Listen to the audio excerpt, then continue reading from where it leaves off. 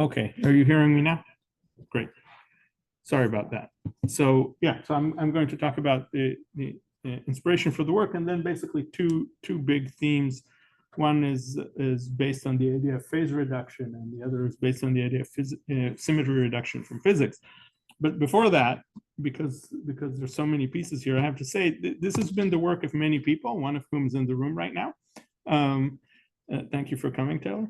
My students, top row colleagues and mentors, and one undergrad who has transferred from me to USC, so you guys know him.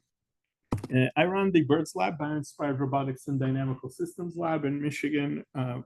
We do a bunch of work related to animals, the applied math methods that relate to understanding them, and then applying the ideas in robotics. And I've highlighted here the animals and ideas that will appear in this talk, but we do a bunch of other things as well. But really, the driving inspiration for all of this work are these guys, cockroaches. Cockroaches are not very smart, let me tell you. In fact, I don't think that if you're not a biologist, you could conceive of how stupid insects actually are. But they can do this. This cockroach is going over terrain that no robot we know how to build has any hope of crossing.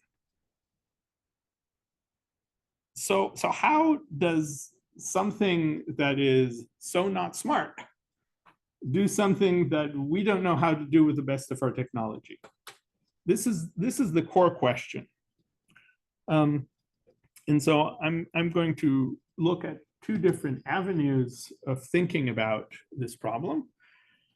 One of those avenues is the idea that dynamicists and physicists will call phase reduction. And so let's talk a little bit about that. So in the animal control literature, people sometimes talk about templates and anchors, templates being these simplified models and anchors being these more detailed models that follow the animal's morphology. But in a technical mathematical sense, I sort of low-lighted that. The template is a normally hyperbolic attracting submanifold, right? No one cares about these details. But the basic idea is that the relationship between the template and anchor is something like this. I have some projection P that projects me down to the template. Oh, and I see that the brackets here. So I have a projection P that projects me down to the template. And I have phi, which is the flow of my dynamical system. And part one is this projection commutes with the flow. What does that mean? It means that I could let my system evolve in its full state space and then project it down. Or I could just project down to the template and let it evolve in the template space, and I will end up in the same place. So basically, the template evolves autonomously from the rest of the system. And the other thing, which by the way, this linearization result is very strong and fairly recent and due to a former student of mine, but this is basically the strongest linearization result out there for these classes of systems. The remaining coordinates, the coordinates that we threw out when we did the template projection, end up behaving as a linear time varying system, which is really cool because that means that all the tools we have from linear systems theory can apply to these. So the key idea of thinking about things in terms of templates and anchors is that the template governs what happens in the long term. There are transient behaviors that will decay, noise might excite them, but overall, if you look, for example, at this system, the template is this weird orb here. You collapse down to the template, and then you move on the template. And so long term, the only thing that matters is where am I going to land on the template, right? So that's the idea of phase reduction. Now, oscillators are a kind of template. So anything you see that has a persistent oscillatory behavior, this is a kind of template. What's the template here? Well, a phase oscillator, a cycle that you just go around and around on. This idea that you can take smooth oscillators and convert them into a linear time-varying system using a change of coordinate is really old. Floquet showed this in the 19th century. Okay, this is not a new idea, but that's what that ends up looking like as an equation. Is if I look at my perturbation at some phase phi, it's related to that perturbation of the cycle in an earlier phase theta by some coordinate change, and then just an exponential decay, which is just a regular linear exponential decay. So if you think about this, this is a similarity transformation, right? This is just changing that matrix in a phase-dependent way, and inside sandwiched is just a conventional linear system. So that's a huge simplification from a system that before that was just a nonlinear oscillator that has nothing linear about it. There's only one little problem with this, and that's the word smooth. Because on the system I work on, which are locomotion systems, the equations, when most people write equations for these systems, are not smooth. They're what are called hybrid systems. So why do we use hybrid models? Because of what the physicists would call a collision. So collisions are fast, complicated processes that reach a predictable steady state. So you know the initial condition, you know the final condition, you don't know how you get there, it's going to be messy. Example, dropping these apples onto a wet table. Do you have any idea how to model that? I don't, probably no one does, but we all know it's going to end up with 3 apples on the table. Okay, so what do we gloss over with these hybrid transitions? We gloss over the fact that rigid bodies don't really exist. There's acoustic propagation of deformation, there's plastic deformation, there's surface interactions. One of my favorite surface interaction papers from the early 2000s was dropping a steel sphere into distilled water. And it turns out that if you just coat that sphere with hydrophobic coating, you'll get vastly different results than if you don't. Okay, surface interactions that seem completely trivial to us can really change results quite dramatically in certain kinds of surface interactions.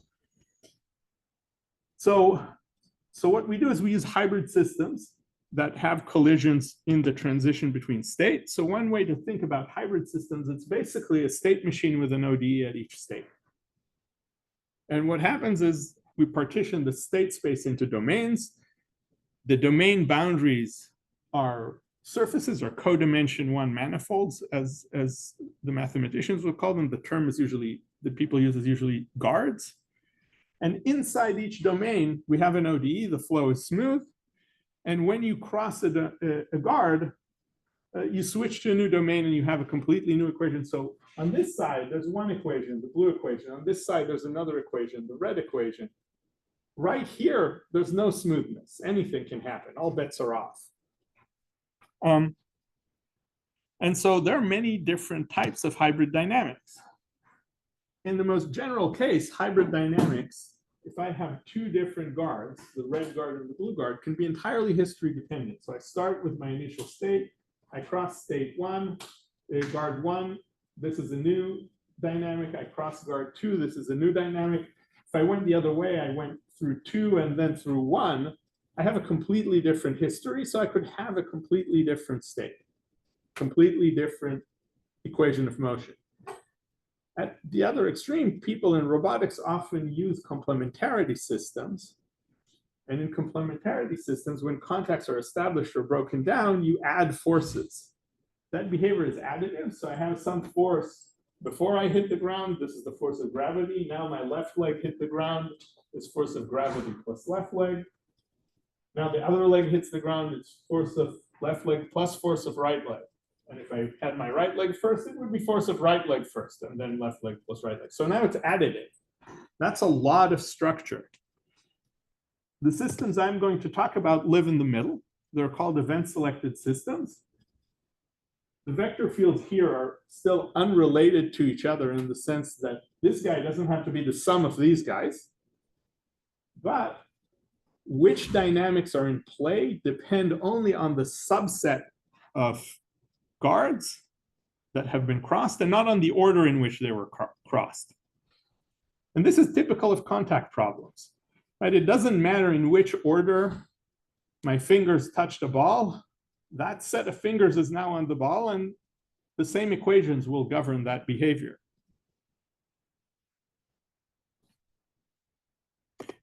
So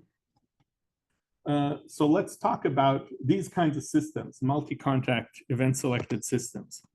This is a great example, right? So if I'm catching a basketball, I have 10 fingers, none of them are touching the ball. Fraction of a second later, I have 10 fingers, all of them are touching the ball, if I was any good at catching basketballs. The order they touch is arbitrary. Eventually, all of them are in contact. Unfortunately, that means that there are 2 to the 10 contact states, so 1,024 contact states, and 10 factorial histories, right? 3.6 million histories. This is a nightmare to write a simulation for something like this, right? And what I'm going to say is, in part, it's because of this nightmare that no one in robotics likes working with multi-legged systems, because we don't like building robots that we can't do planning for, and we can't do planning for things like this. And so what's really the problem here? The problem here is a double limit problem mathematically. When multiple contacts are formed at once by rigid bodies, we have 2 ways of solving this problem. A contact is formed, then the rigid body relaxes back to its rigid shape, then another contact is formed. Is one way to do this. That is, the relaxation of the rigid body happens fast compared to the order in which contacts are established. Or you could say contacts are being established, and then all the rigid bodies deform back to their rigid shapes, in which case the gaps of time between the contacts is the short time interval, and the relaxation of the bodies back to their original shape is the slower time interval. And what I'm going to try and convince you is you want to live in this world. A lot of people have worked in this world. There are lovely papers about the paradoxes you can get out of this. And I think you don't want to build your robot simulations there. So we wrote a paper a few years back now about the actual underlying math of this. Unfortunately, these systems, if you took an ODE class, the theorems you learned won't prove to you that these systems even have solutions or unique solutions or any other nice properties. So we needed to do a whole lot of heavy math lifting to define this class of systems and then study them. And if you care about the math there, it's basically there to scare students. Okay, this is what these math bits are for. What we're talking about is 2 guards intersecting different flows. The intersection point I'm calling rho, and what's special is what happens in the multi-contact trajectory. What is a multi-contact trajectory? It's the term we use for trajectories that have the property that even an infinitesimal change in initial conditions, so even if I change just an epsilon right or left, I'm going to have a different ordering of the guards. So that only happens to this guy. If I'm out here, there's one transition and another transition, and a lot of textbooks will tell you if you want to know what perturbations here evolve like, you use the smooth flow here, and then a saltation matrix here, as it's called. Smooth here, another saltation matrix, everything's fine and dandy. What happens here is a bit trickier. But it turns out it can generate new forms of stability. So you saw here an ensemble of initial conditions, and they're all converging onto the diagonal. Even though, if you look at this, each of these vector fields is a constant vector field. Constant vector fields have no contraction properties, right? And there's no sliding mode here. If you've taken sliding mode control, there's no sliding surfaces here. This is an entirely unique kind of stabilization that happens in event-selected systems. And to understand what happens there, we need to broaden our horizons a little bit from the classical theory of smooth functions to what are called continuous and piecewise smooth functions. The class is referred to as PCR functions. So these are functions that are continuous and that are selected from a finite collection of CR smooth functions. So let me parse that out for you. CR means we can differentiate this R times and the derivative will be continuous. So that's a level of smoothness. Usually we like to work with C infinity things that we can just differentiate arbitrarily, but it doesn't cost you anything to have a finite R here. So I have a collection of CR functions, like say the blue function and the red function here. And at every point, I need to be either on I need to be on one of this finite collection of functions. But the other thing I need to do is be continuous. And that means I can't just switch here between these functions, because that would be a discontinuity. I can really only switch in places where they cross each other. And so, for example, if I have two CR smooth functions, the pairwise maximum of these functions is PCR. You can see how that might be useful for a lot of applications, right? So this class of functions actually used in optimization. That's where this nomenclature comes from. As it turns out, there are PCR functions that can't be generated by doing pairwise maximum and minimum. So the definition has to be in this form rather than just saying you do pairwise maximum or minimum and you can generate all of them. But the important thing is that PCR functions have a form of differentiability that lies in between the conventional Fréchet derivative, which is the derivative you had in your calc class, and the directional derivative, which they also probably told you about in the calc class, and they told you it's kind of useless. Because the problem is that the direction derivative just doesn't give us any of the nice properties that we get from the Fréchet derivative. In particular, we like having a mean value theorem. We like having an inverse function theorem and an implicit function theorem and Taylor expansion. And it turns out that all of these things continue to live on in the land of Bouligan differentiable functions. That is, functions that have the B derivative. The B derivative is when you have the directional derivative, but the output is also continuous. So if the output of your directional derivative is continuous in the direction, you end up having some nicer properties. And it turns out that a lot of the plumbing of why we like differentiability in functions survives. And now that I've mentioned these things, I can say what our main results are. First of all, that event-selected systems generate continuous piecewise smooth flows that are B-differentiable. Why is this a big deal? Because B-differentiability means I can talk about stability, right? I can talk about what happens if I have a tiny perturbation and I want to know how it evolves, because that's governed by a derivative. But now it's not the conventional derivative, it's this B derivative. The other thing that's useful and it's really used to prove that is impact times. That is the time it takes us for an event to occur is also a PCR function. And the really clincher is that it turns out that ESS systems are then PCR conjugate to a flow box. What does that mean? Well, a flow box is the world's most boring dynamical system. It's you have a box and you're just moving across it. There are no equilibria, there's no contraction or expansion. You're just going from one end to the other. That's called a flow box. Almost everywhere in all dynamical systems, the local area looks like a flow box. It turns out that ESS systems are conjugate to flow boxes. That is, you could do a PCR change of coordinates, get a flow box, and change back, and be where you would have been if you had stayed in the event-selected system. This means that nothing interesting happens in event-selected systems. I'm basically wasting my time. In the sense that there are, yeah, you had a question?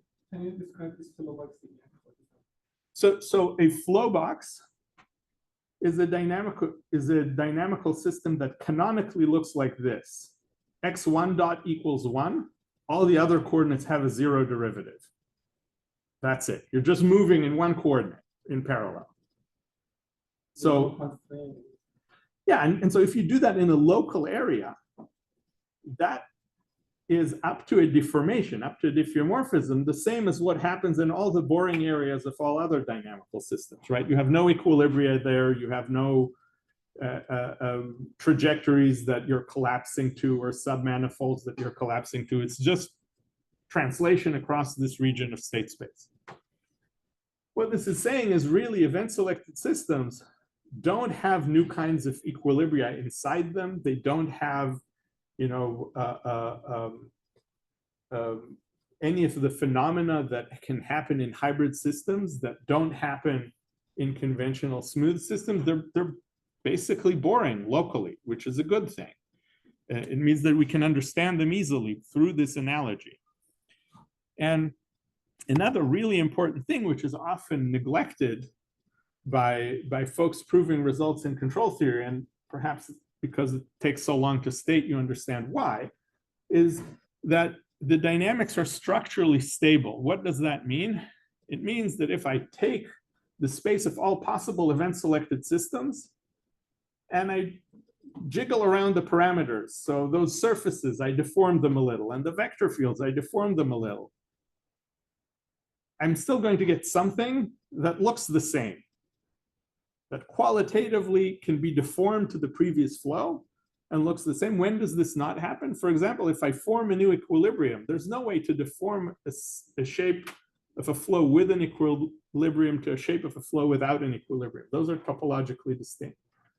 So what this means is event-selected systems have this nice property that even if my model is slightly off, my solution will only be slightly off rather than being completely different.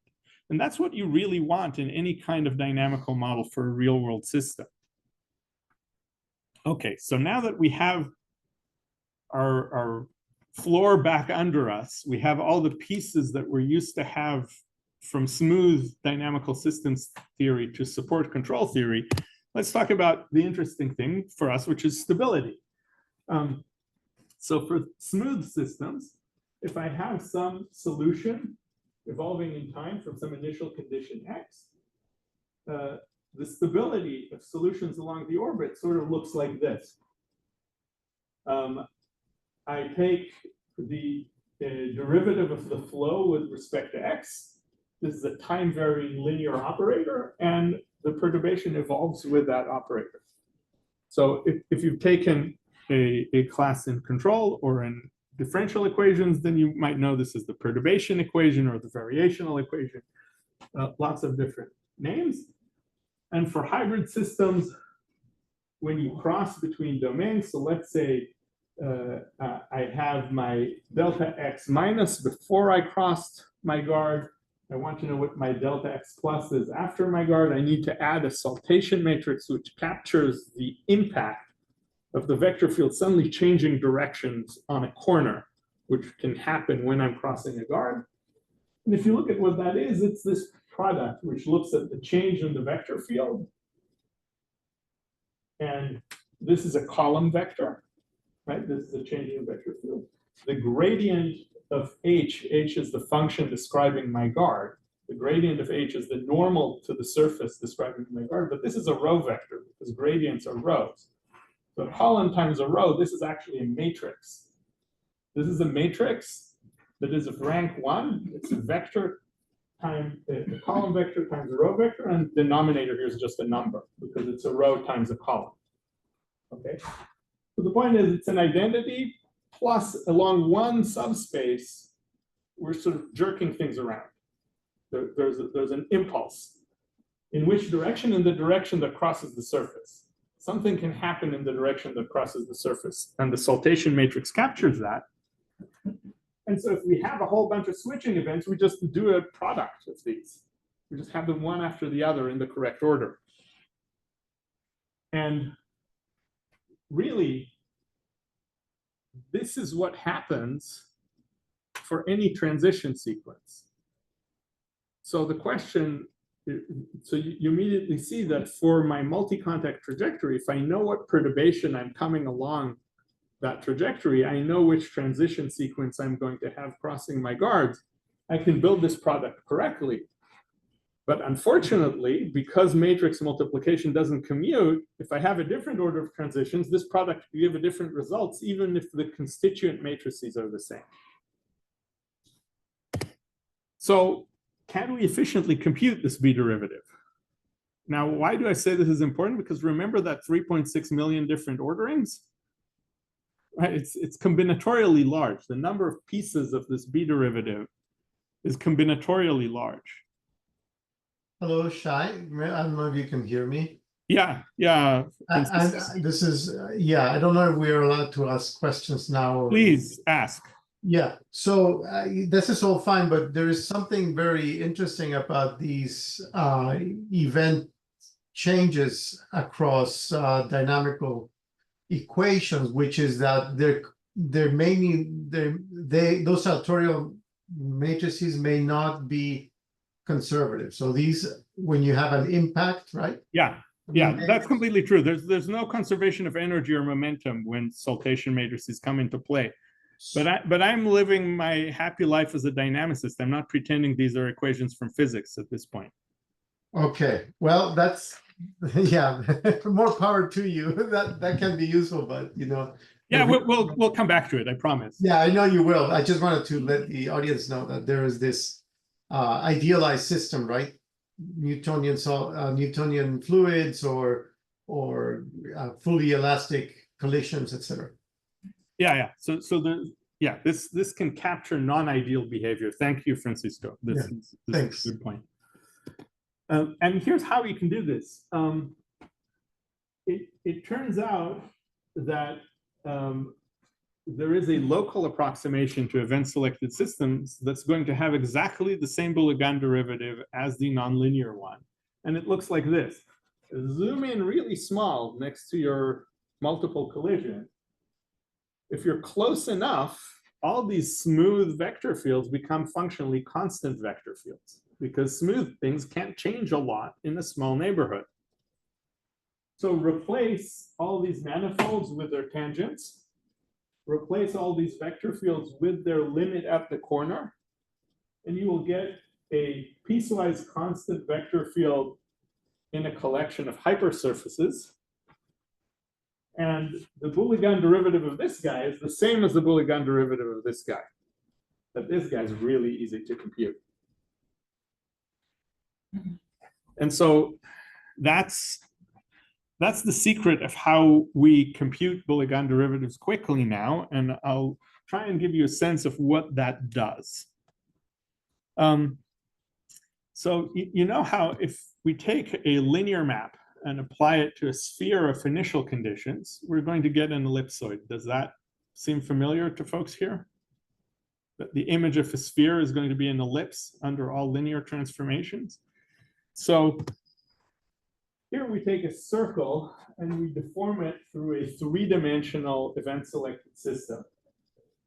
So you can think of it as x, y, z pointing to the negative side, and this is x, y, z pointing to the positive side, and we're looking sort of diagonally up the corner of the cube. We start our initial conditions on this circle, and in each segment here, there is a distinct transition sequence. This guy is maybe x first, and then y, and then z. That's a specific product of saltation matrices, so it's a single linear operator. So we get this piece of circle deformed into this piece of an ellipse. Similarly, for each of the other pieces, except there's another additional constraint, they have to meet continuously at the boundary, right? Because I told you we get a Boulegan differentiable thing. The Boulegan derivative is continuous as a function of direction. So what you get is a piecewise linear and continuous thing, which for a three-dimensional system, if I have my multi-contact trajectory, I want to start with different offsets off that trajectory. So that's going to be in a 2D surface. I'm going to pick all of them at the same magnitude so that I see how they deform. So I start with a circle and I get a deformed thing here. This is what happens when we take that in higher dimensions. Let me rerun that animation a little. So here, what my student Daphne did is we took a four-dimensional problem. So the slice of initial conditions we're exploring is three-dimensional. So the input was a 3D sphere. And each of these pieces corresponds to one sequence of transitions. So there are 4 factorial transition sequences. Each of them creates a little bit of an ellipsoid, and they're all stitched together, which is why I kind of call this a Franken-ellipsoid, right? So a Frankenstein monster made out of ellipsoids. It's stitched at the boundary. This is what initial conditions in an event-selected systems can evolve like. Now, why is this useful? Well, let's try and just do an example. So we did this example. We have a hopper, has 2 legs. It's hitting a ground with spring damper dynamics. And because there's a damper there, there's a discontinuity in in the forces, because we hit the ground with some minimal non-zero velocity, that's going to generate a non-zero force. So if you have just springs, you actually have a smooth dynamical system. The force starts up from zero. If you have a damper, the force doesn't start up from zero. So we get this continuous vector field, which is event selected, and we can write out explicitly what these saltation matrices are.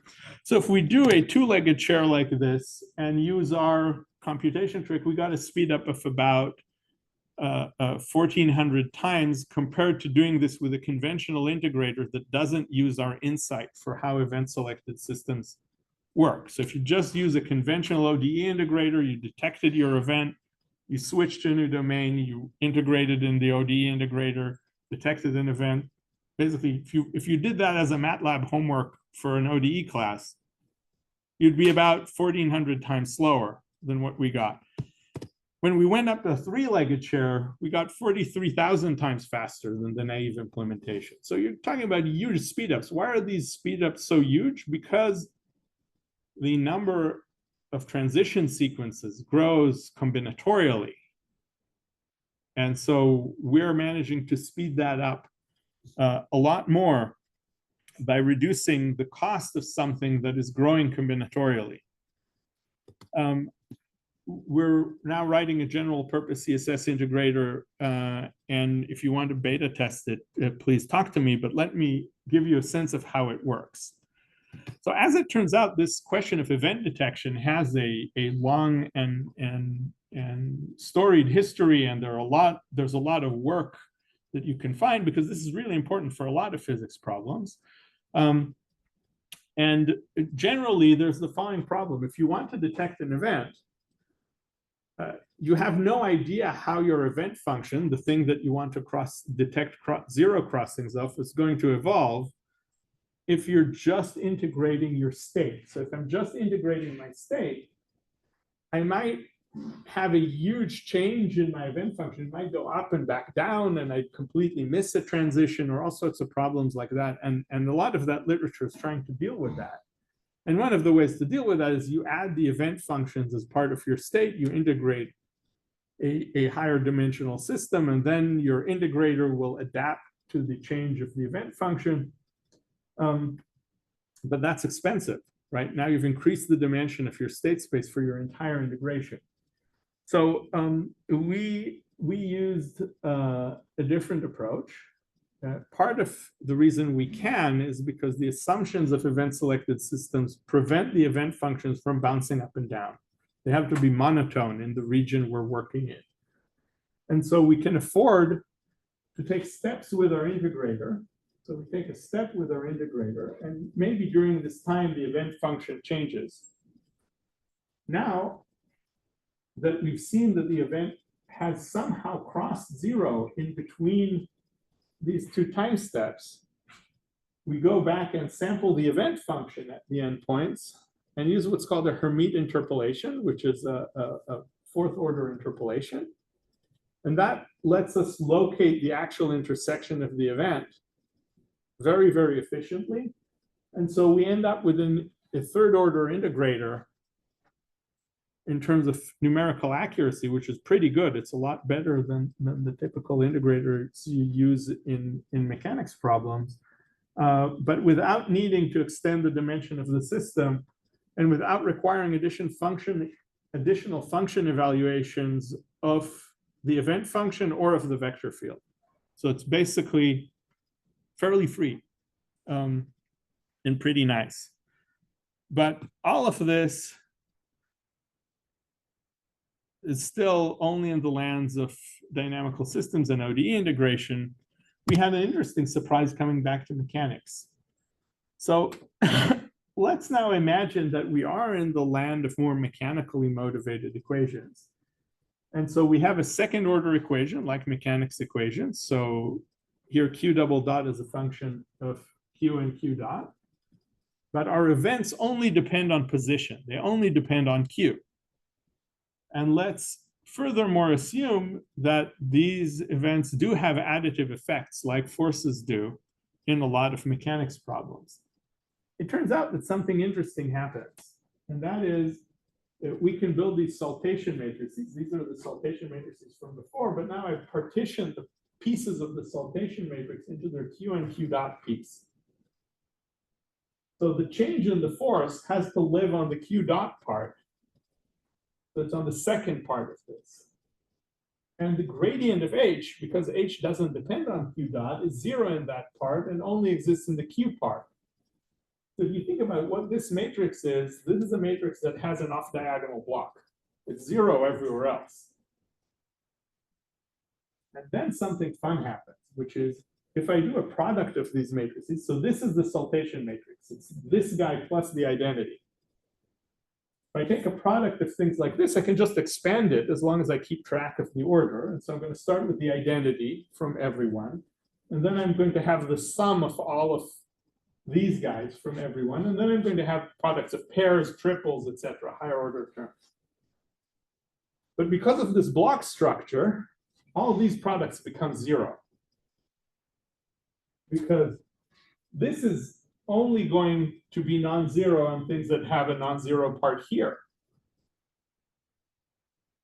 And this 0 is canceling out this F part here.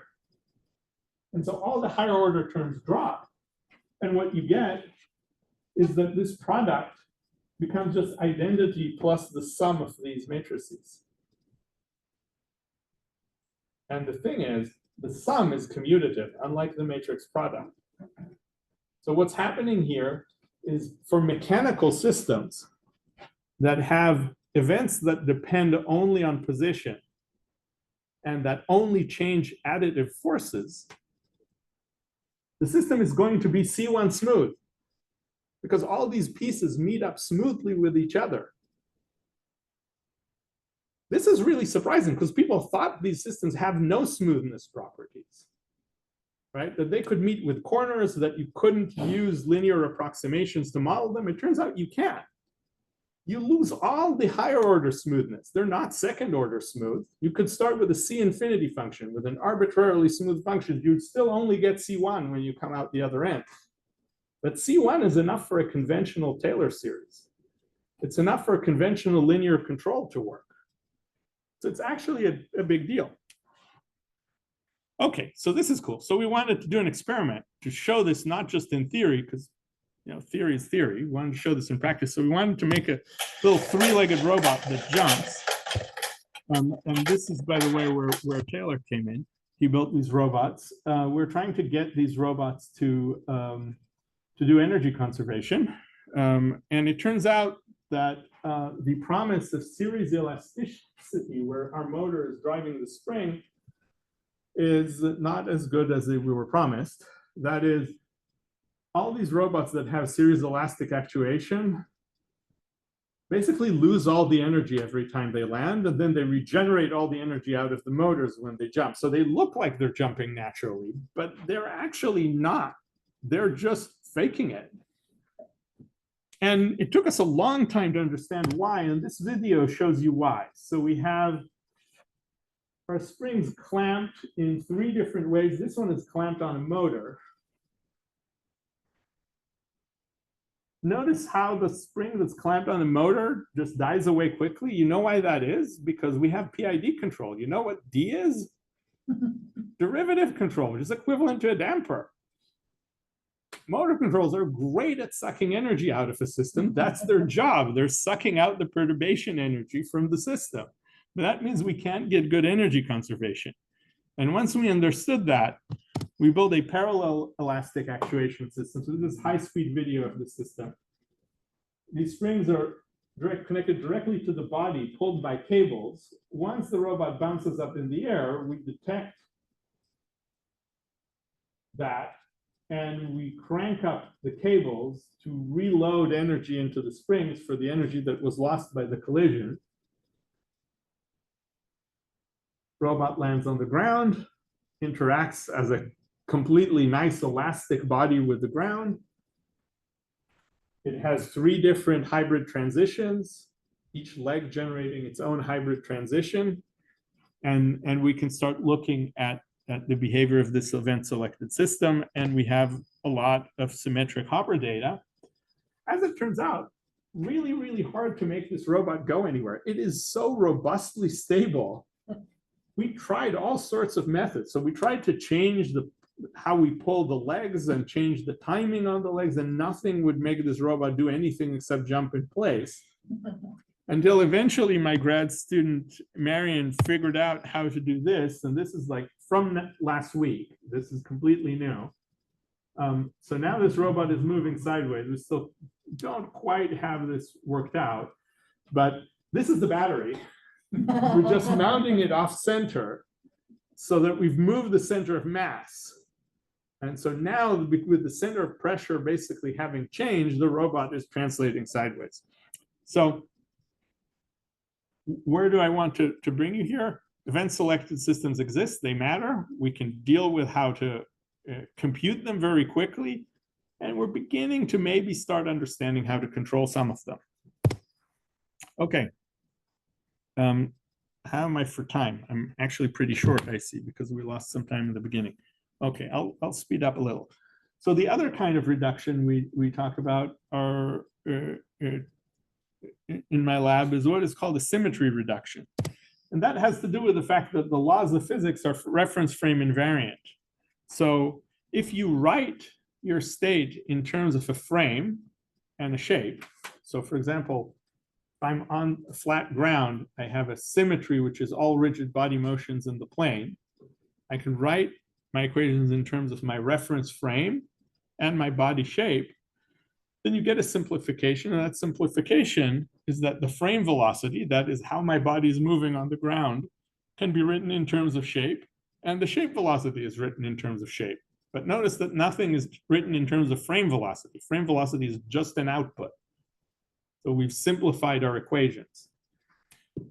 And that general approach is writing equations in body coordinates, but if you understand it mathematically, it's much more general than just rigid body motions.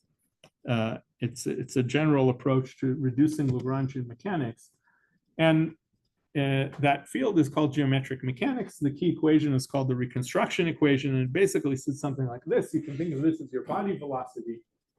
The body velocity depends on the shape velocity, the rate at which the body is changing shape, multiplied by some shape-dependent matrix that's referred to as the connection, the local connection, because it connects this vector field to this vector field. This dependence is nonlinear, but the dependence on body velocity is linear.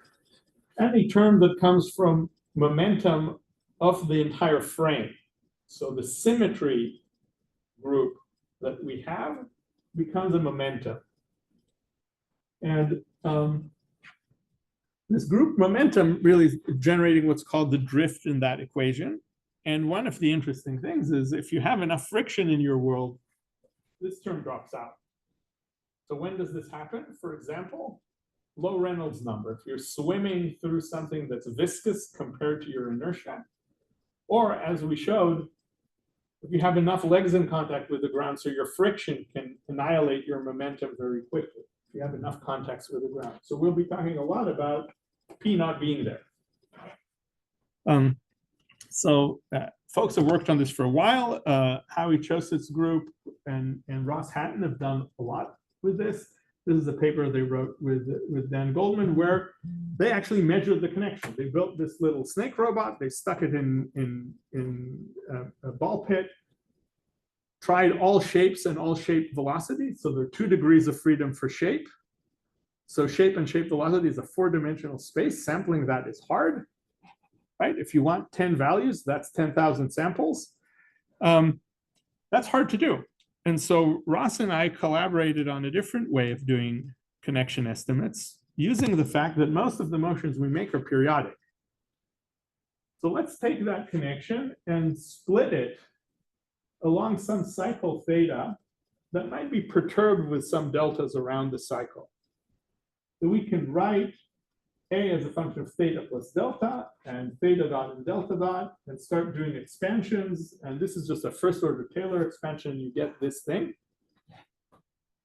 And the nice thing is these are delta and delta dot we can measure. So we can just do a big matrix regression. Where are we doing this regression? Remember, there's a nonlinear dependence on this variable, but this variable can't go many places. It's only somewhere on the cycle. So we do one of these regressions for each point along the cycle. That's not too hard. So this is a machine learning approach, but it is a really, really naive and simple machine learning approach. It is, we're doing linear regression at multiple points and stitching them together. What is theta? Theta is my point on the limit cycle. Oh, Okay, so I'm at some point on the limit cycle and I have a delta off of that point. Okay, so we did that with various kinds of simulations and showed that we could do optimizations where we start with a gate, we build a local model, we use the local model of the connection to improve the gate a little, build a new local model, rinse and repeat, and we get really nice convergence at various levels of noise. It's independent of the initial conditions, all those good things. But again, although it might seem like I'm a theoretician, I'm not. I'm an experimentalist. So I don't believe it until I see it on the real world system. So here's a robot, and you're going to see the entire process of this robot learning how to slither. So this is basically a wheeled snake. And it is discovering how to move using this optimization. So it's building a local connection model and using that local connection model to improve its choice of movement, and then building a new local connection model around the new movement and doing that again and again. And of course, I wouldn't be showing this if it didn't work.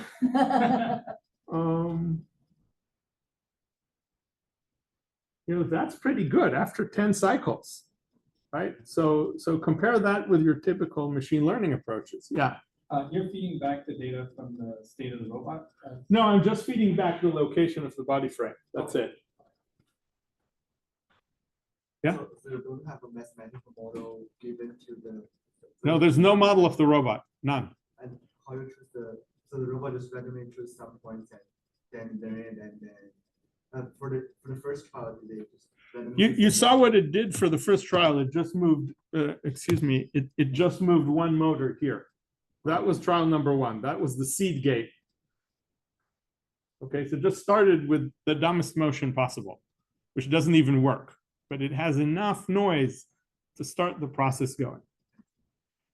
But people kept asking us, do you have a model of the robot? And my student got really annoyed because everyone was assuming he has a model of the robot. So he stuck to his point and he went and grabbed a bunch of sticks from outside the building and zip tied them to modules. So everyone would know we have no model of this robot. And this too learns how to move very, very quickly. Because these connection models are a very general phenomena. They're a very general phenomena. Now, I will point out, this robot was not trying to learn how to move straight. It was trying to learn how to develop a library of motions that span SE2 really well, which is why this motion, even though it's not a simple straight or a simple turn, was a good motion for it, because it turns out that with these particular legs, that's an easy high amplitude motion to achieve. Okay. But my point is, this learns really fast, model free, right? The only thing we assumed is momentum doesn't matter. That's the only assumption in this model. Okay. Can I have a question? Yeah. Do we need to know what the shape space are? Yes. Yes, and we can talk more about it. We've developed this a bunch further. So we ended up trying to write a paper that puts together this entire picture for walking and slithering and how they are connected by geometric mechanics. And so in that paper, we looked at ants and cockroaches and our big ant robot on the top right and our multipod robots on the bottom left. So ants don't slip almost at all on the ground. Cockroaches slip some. Our big ant robot slips about the same. Our multipod robots slip a lot. The slipping areas are the colored areas on these traces of the legs. And we'll point out that's going 3 millimeters all the way to about 1 meter long for these robots. So different scales, but all of them have a lot of legs. And you see that there's a lot of slipping. So this is not something that is easy for us to write a model for, right? It's generally hard to write mechanics models with multiple contacts that are sliding and playing off of each other. But it turns out that if we look at the progress per cycle at different steering parameters, that is different motions of the legs, at all frequencies, they're basically horizontal. So the progress per cycle doesn't depend on the rate. That is the geometric mechanics. So if you have a connection model, how far you move doesn't depend on anything except the shape of your trajectory. So if you move twice as fast, if you go through your shape motions twice as fast, you'll move through the world twice as fast. And that's what we're seeing here. We move 2.5 times as fast. We're basically at the same distance. We now try and build a model, a connection model, using data which has median forward-backward velocities and median turning velocities, and use it to predict what happens outside the training data. And that's the variability explained here, where this is 1. So about half the variability in motion. So it's a pretty good model compared to other models. Predicting what happens walking at other speeds, predicting what happens when you turn. So it turns out that we can basically learn the physics in a data-driven way for a robot. This is, again, that model we talked about, where you have a phase-dependent linear regression of A. And that's enough to give us quite a good model for how the robot will behave under other conditions. Yes?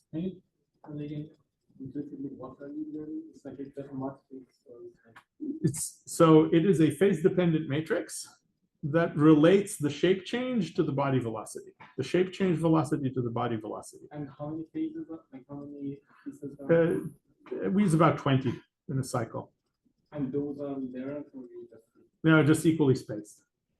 So we sample at 20 bins, we compute the matrices, and then because the matrices live in a linear space, we just interpolate them with a Fourier series to make them a function of phase. Okay, so super simple, right? This is no neural network, no radial basis functions, no fancy machine learning, primitive machine learning, but understanding the physics. And understanding the physics is really the important part here. So we also did these guys. So the multipod robots go all the way from 4 legs to 12 legs. This is a slightly different morphology, but you see they have complicated motions.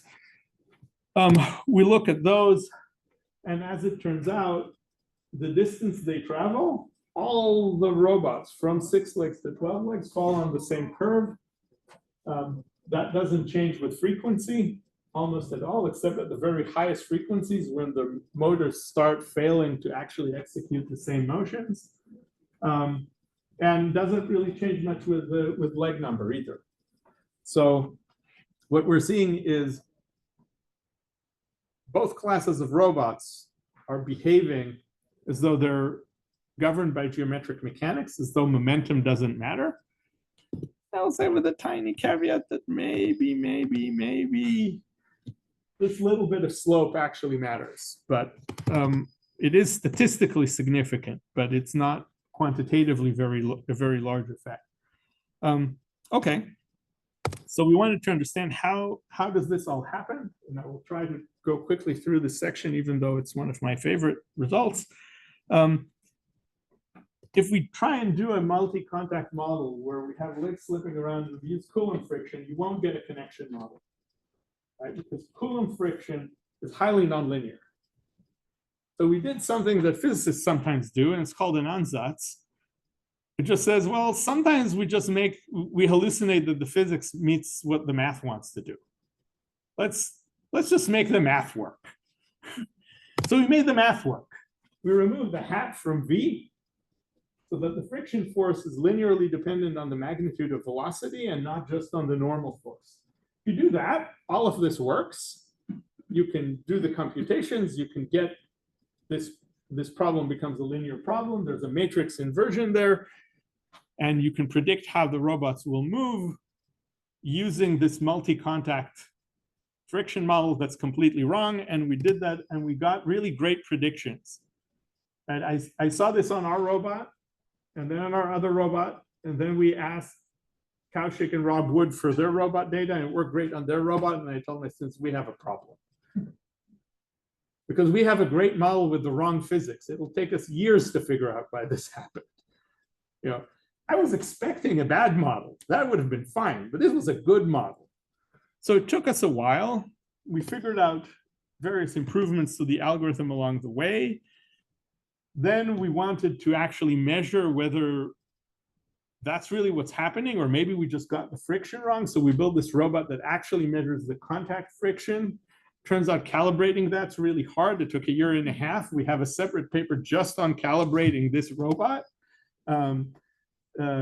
Because if you want to measure contact forces on multiple legs, turns out no one did that for a reason, because it's hard.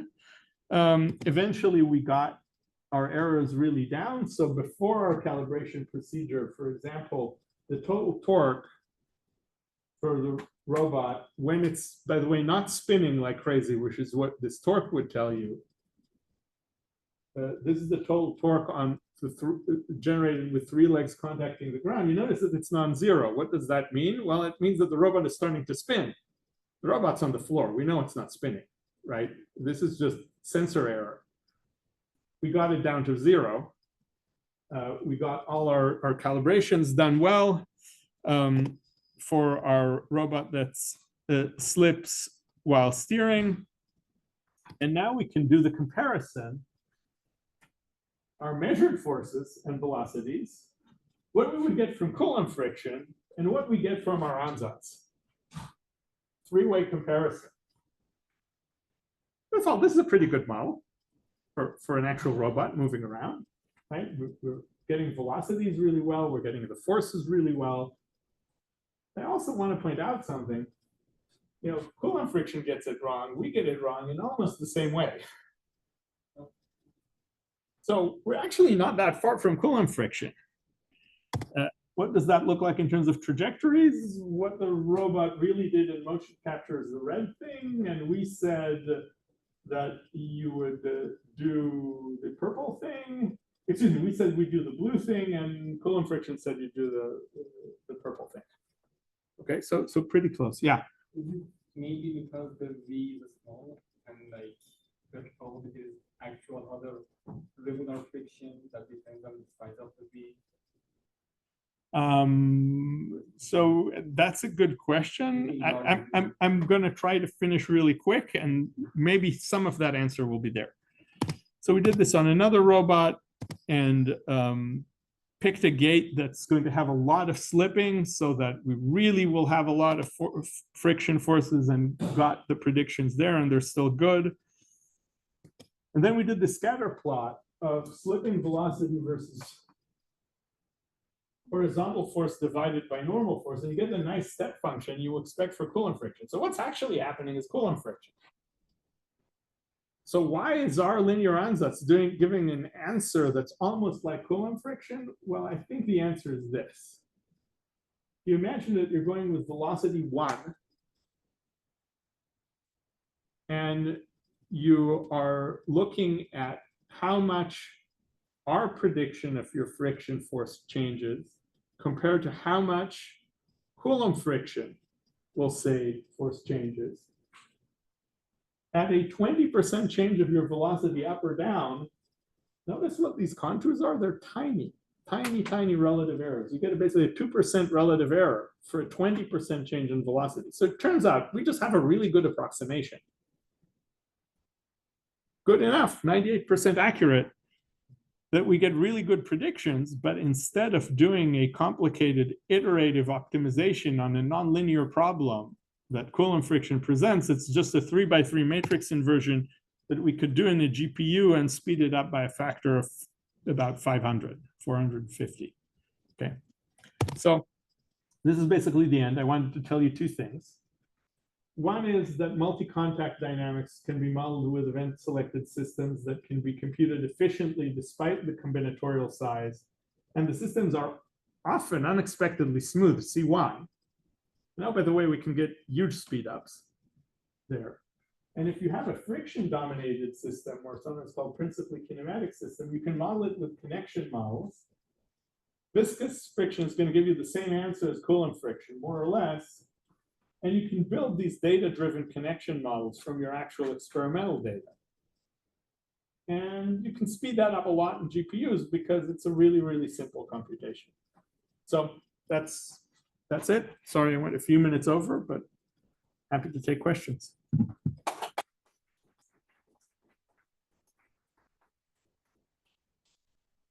Sean, I have a question about the learning of the connection models. Yeah. So what do we need to know? Like how to Okay. does initial guess matter? Like what? No, the initial guess didn't matter at all. We showed that pretty effectively. So let's go back to this regression slide. What I need to know is I need to compute these deltas. To compute deltas, I need to decide what theta is. So the process goes, Theta again? It's a noise. the point, theta is the point on the limit Yeah. cycle. And the So what I delta- do is I take my data, the legs are cycling. So the delta is the noise, right? Yeah, it's the perturbation off the cycle. It's basically these sort of Yeah. lines, these lines here are the deltas. Uh-huh. Okay, so I take the locomotion data and first I build a phase model of the data. Okay. So now I have phase. Mhm. With phase, I can build a Fourier series of the limit cycle of the periodic behavior, and that gives me theta. Now that I have theta, x minus theta, that is my observation minus my periodic behavior at that phase, is delta. And similarly, once I have theta and delta, I have theta dot and delta dot. Okay, that's all I need for this matrix. Then I need the body velocity as the output, and I can do the regression. So basically, all I need is motion tracking data that captures all the shape variables and motion tracking data that captures the body frame. How do we extract the phase initial like limit cycle the phase? Oh, okay. So I didn't talk a lot about this, but I developed multiple methods for estimating phase in my career. So I use one of our phase estimation methods, and I'm happy to talk more about that. But Shai, periodic data, I have really good methods to get phase out. Shai, can you hear me in the beyond? Talked about piecewise continuous function. Yeah. But you didn't say what is this pieces made? Is it like convex bodies or like is it like Arbitrary. The only thing I'm assuming about the pieces is that they're CR. So if I give you like the Coulomb law of forces, which is like constant outside of origin, I guess in this case of velocity, except in the origin which is undefined. So Is that defined? that does not meet those requirements, and here's why. Because it has a discontinuity that's not on a surface, it's at a point. That's not the piecewise. So that's not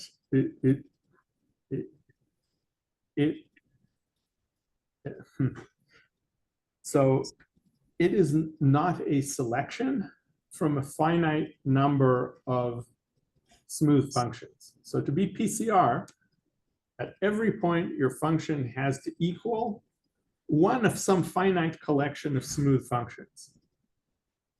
Now, there's no smooth function that can have the corner at the base of the absolute value cone.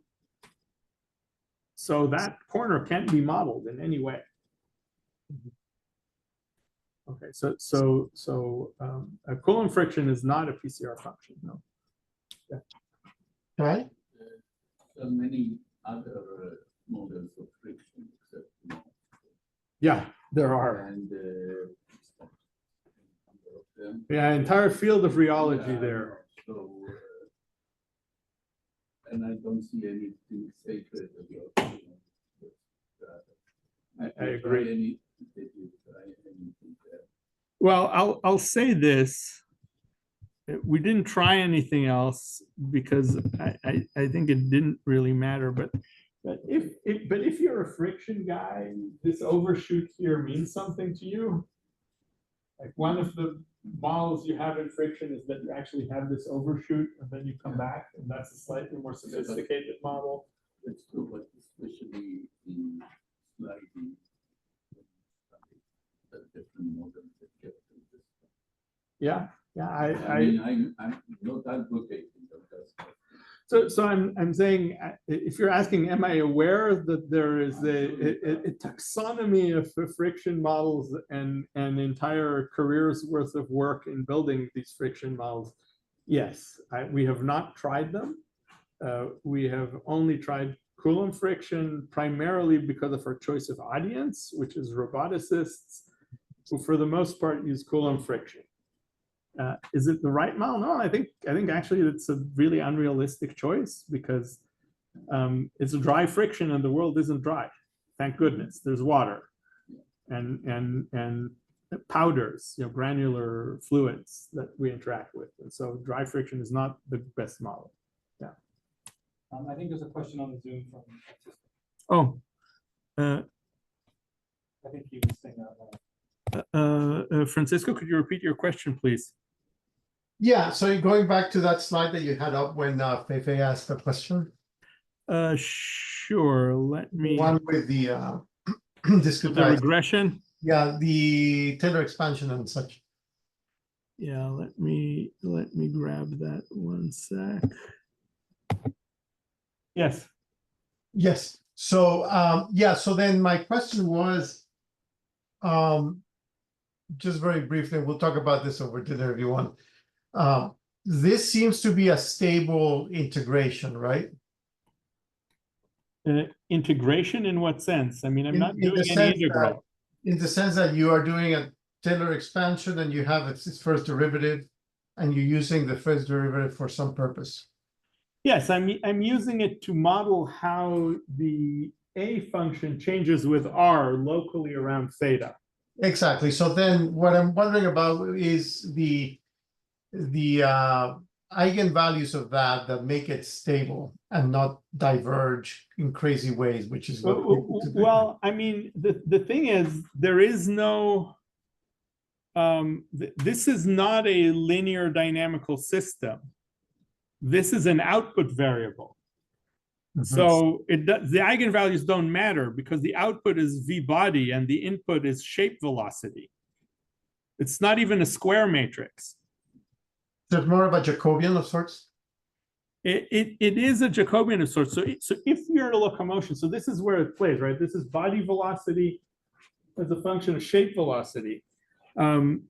If you had a system that is holonomic, then A would be a Jacobian. But it's non-holonomic. If it's holonomic, you can't move. Okay. All right. Good. Thank you. I gotta go now, but thanks for your talk. Yeah, thank you. See you soon. I have one I can ask. We have time, so we can go ahead. Okay, so do you think any implication of your PCR model and what you have discussed in optimization, actual optimization algorithms, for example, for neural networks, which I think are this PCR function, the last time. Okay, so I mean, I've not looked at neural networks specifically as to whether they're PCR and whether PCR theory applies to them, but we are actually actively working on writing an automatic differentiation tool for event selected flows for PCR functions. So that would be something that you could put in PCR dynamics into something like PyTorch and have it be able to optimize through those dynamics. That one just calculates gradient, like what the dynamics of the region. Gradient descent itself. You calculate the gradient, but what was the update? No, so I'm talking about the update rule as well. So you can. Let me see if I can find the right slide for this.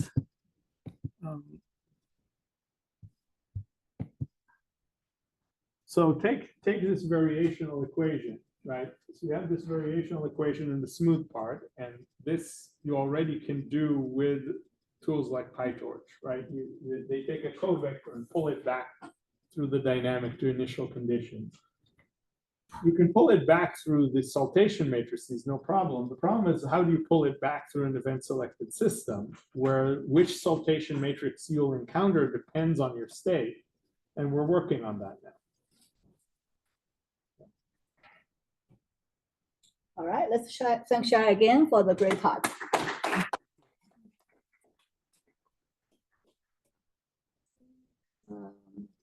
If you have any questions, we'll probably have like 5 minutes if you want to ask offline, and then I will like to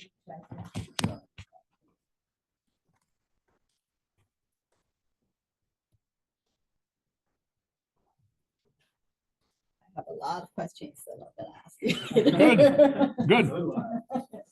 Yeah, one more question. Sure.